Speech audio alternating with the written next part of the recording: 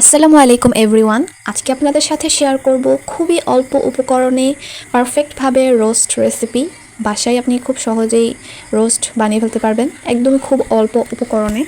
প্রথমে আমি পেঁয়াজগুলোকে ভেজে নেব, বেশি করে পেঁয়াজ দিয়ে তারপরে ভেজে নিয়েছি। তারপর ভালো করে ভেজে ওতে লবণ, মরিচের গুঁড়া, জিরার গুঁড়া, ধনিয়ার গুঁড়া, পরিমাণ মতো গরম মশলার গুঁড়া, তারপর তেজপাতা, এলাচি, দারচিনি পরিমাণ মতো দিয়ে তারপরে আমি এটাকে ভালো করে কষিয়ে নিতে হবে। পেঁয়াজগুলোকে ভালো করে লাল লাল করে ভেজে নিতে হবে। তারপর আমি কয়েকটি কাঁচামরিচ ফালি না করে এভাবে দিয়ে দিয়েছি।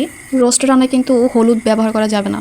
তারপর পরিমাণ মতো দুধ দিয়ে দেব। দুধ দেওয়ার পরে দেখবেন পেঁয়াজের কালারটা কি সুন্দর আসে। তারপর পরিমাণ মতো পেঁয়াজ বাটা, আদা রসুন বাটা দিয়ে দেব।